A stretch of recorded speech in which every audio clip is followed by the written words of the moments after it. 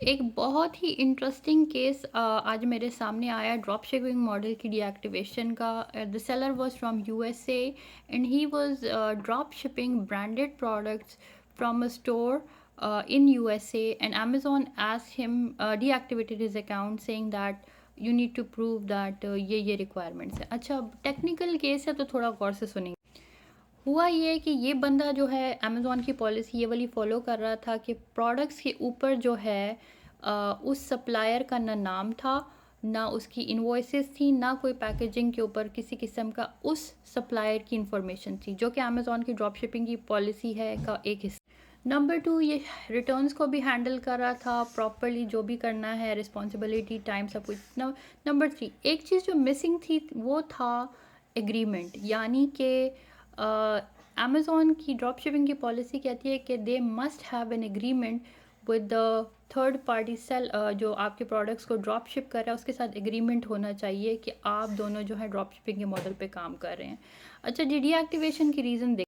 30 minutes کی کنسلٹیشن میں I was not able to get the entire, مطلب اس کیس کی پوری انفارمیشن مجھے کلیئرلی سمجھنا یا اس کو کمپائل کرنا، کوئی سلوشن دینا از کوائٹ ڈیفیکلٹ. تو یہ مجھے گرے ایریا لگا اینڈ آئی جسٹ ٹولڈ ہم اباؤٹ دس کہ it would completely depend on the last minute judgement کہ اس کا کیا ڈیسیجن آتا ہے. اور اس کے اوپر تھوڑی سی ریسرچ میں نے کی تو it was actually the way I thought it would be, which was completely a grey area، جس کو border line case کا ٹرم یوز ہو رہا تھا کہ یعنی کہ ہاف ادھر ڈراپ شپنگ کے ماڈل میں جا رہا ہے اور ہاف جو ہے یہ آن لائن آربیٹراج کے ماڈل پہ جا رہا ہے. تو بیسیکلی آن لائن آربیٹراج کیا ہوتا ہے کہ آپ پروڈکٹ خریدتے ہیں آن لائن کسی اسٹور سے اور بیسیکلی اس کو اون کرتے ہیں اور پھر سیلر کو جو ہے بائر کو جو ہے شپ آؤٹ کرتے ہیں. ڈراپ شپنگ ہوتا ہے کہ آپ کو آرڈر آتا ہے، آپ اپنے کریڈٹ کارڈ کو استعمال کرتے ہوئے اس کو خریدتے ہیں اور اس کے اوپر کسٹمر کا ایڈریس ڈال کے شپ کر دیتے ہیں. So you can see these are two models that are like kind of at crossroads, that's why it's called a borderline case. اچھا، ان بھائی صاحب نے جو ہے ڈسٹریبیوٹر کو سپلائر کو بولا کہ میرے ساتھ ایگریمنٹ کرو، but he is denying it. So let's try to understand why, what are the reasons he is. تو اس کو جب میں نے لک اپ کیا تو جو ریزنز سامنے مجھے آ رہی ہیں وہ ہے، پہلا ہے لائبلٹی اینڈ رسک ایکسپوجر.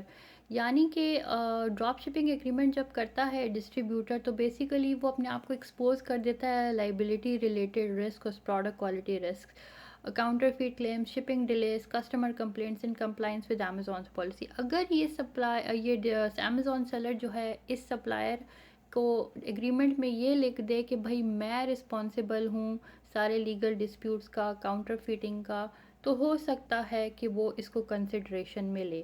دوسری چیز جو ریزن جو بن رہی ہے جہاں تک مجھے انڈرسٹینڈنگ میں میری آ رہی ہے کہ بھائی آپریشنل کمپلیکسٹی جو ہے، ڈراپ شپنگ ریکوائرز اور distributors to handle order fulfilment on پر کسٹمر بیسس. لیکن this is something I don't think would be part of this specific case. اچھا جی، جو برانڈس ہیں ہو سکتا ہے وہ امیزون سیلرس کو الاؤ نہ کر رہے ہوں اپنے پروڈکٹ سیل کرنا، جو کہ اس بھائی نے مینشن بھی کیا تھا کہ ان کو کچھ لیٹرز برانڈ کی طرف سے آئے تھے اور انہوں نے پھر ان برانڈس کو ہٹا دیا تھا. تو موسٹ پرابیبلی انہی برانڈس نے امیزون کو بھی کانٹیکٹ کیا ہوگا اور کہا ہوگا کہ یہ بندہ ہمارے پروڈکٹ کو کیوں سیل کر رہا ہے امیزون پہ، یہ انگیٹ کیوں ہوا اس پروڈکٹ. اور یہ بھی ہو سکتا ہے کہ جو برانڈس ہیں انہوں نے اس ڈسٹریبیوٹر کے ساتھ کانٹریکٹ کیا ہو کہ بھئی ہمارے پروڈکٹس کو جو ہیں آپ نے ڈراپ شپنگ ماڈل پہ سیل نہیں کرنا، آپ نے ڈائریکٹ کسٹمر کو صرف سیل کرنا ہے، کوئی تھرڈ پارٹی انوالو نہ ہو. So there can be certain agreements between the brands as well and the supplier as well. So all these things put this business at a borderline case, and as an Amazon seller it's highly recommended, do not do anything that would put your account in a gray area or would put your account in risk. So always stay safe. This person's account was big and it was sad to see his funds in the account and being deactivated. So let's see how it goes. I'll try to keep up with this person to see what goes with his case. I hope this helps.